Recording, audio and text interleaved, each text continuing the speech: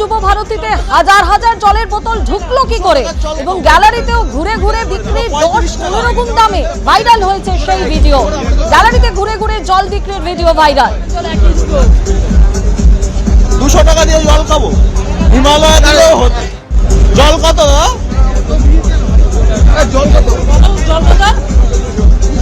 200 টাকার জল খাবো, 20 টাকা করে দেবো, 35 টাকা বাইরে 200 টাকা একটু কম করে আমরা তো খাবো। 200 টাকা দিয়ে জল খাবো, হিমালয় দিলেও হতো। জল কত?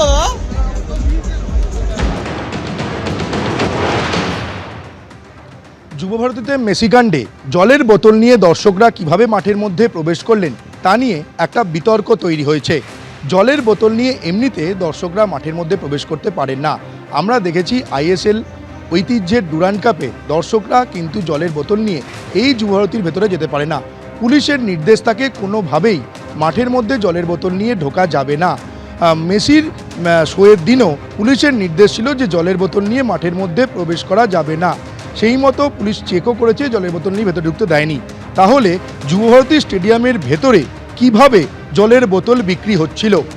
আয়োজকরা যেটা সূত্র মারফত যেটা জানা যাচ্ছে যে আয়োজকরা স্টেডিয়াম কর্তৃপক্ষের অনুমতি নিয়েছিলেন এবং স্টেডিয়াম কর্তৃপক্ষ অনুমতি দিয়েছিলেন বলেই এই স্টেডিয়ামের ভেতরে জলের বোতল বিক্রি করা হয়েছিল এবং সেটা চড়া দামে বিক্রি করা হয়েছিল। তাহলে এক্ষেত্রে প্রশ্ন উঠছে, দেশের 1 নম্বর লিগ আইএসএল, যেখানে ইস্টবেঙ্গল মোহনবাগান এখানে ম্যাচ খেলে, তাদের এত দর্শকরা যখন এখানে জলের বোতল নিয়ে প্রবেশ করতে পারেন না, জল বিক্রি করার অনুমতি দেওয়া হয় না রাজ্য ক্রীড়া দপ্তরের ক্ষেত্রে, সেক্ষেত্রে মেসি ম্যাচের দিন কিভাবে জলের বোতল বিক্রি করার অনুমতি দেওয়া হলো, জলের বোতল বিক্রি করার অনুমতি দেওয়া হলো, সেটাই এখন সবথেকে বড় প্রশ্ন হয়ে দাঁড়াচ্ছে।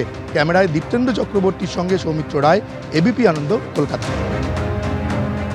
দেখুন, সেই ভাইরাল হওয়া ভিডিওতে একেবারে প্রশ্ন উঠে যাচ্ছে যে কিভাবে জলের বোতল ভেতরে ঢুকলো এবং 10 থেকে 15 গুণ দামে সেটা বিকলো কি করে।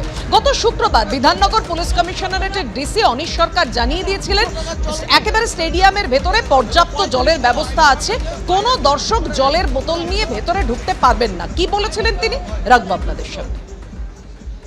জলের ব্যবস্থা ভেতরে আছে, সেই জন্যে কোনো রকম জলের বোতল আনার প্রয়োজন নেই।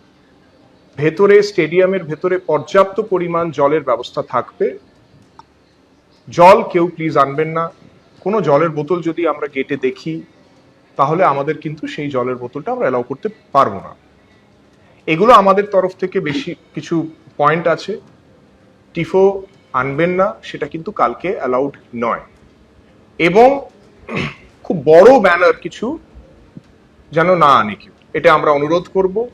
এছাড়া যে জিনিসগুলো সবসময় বারণ করা হয়, সিগারেট বা ওই দেশলাই কাঠি বা কোনো রকমের এমন জিনিস যেটা ফাটতে পারে, পটকা বা সেই ধরনের জিনিস যেটা ইনফ্লেমেবল জিনিস, সেগুলো প্লিজ আনবেন না।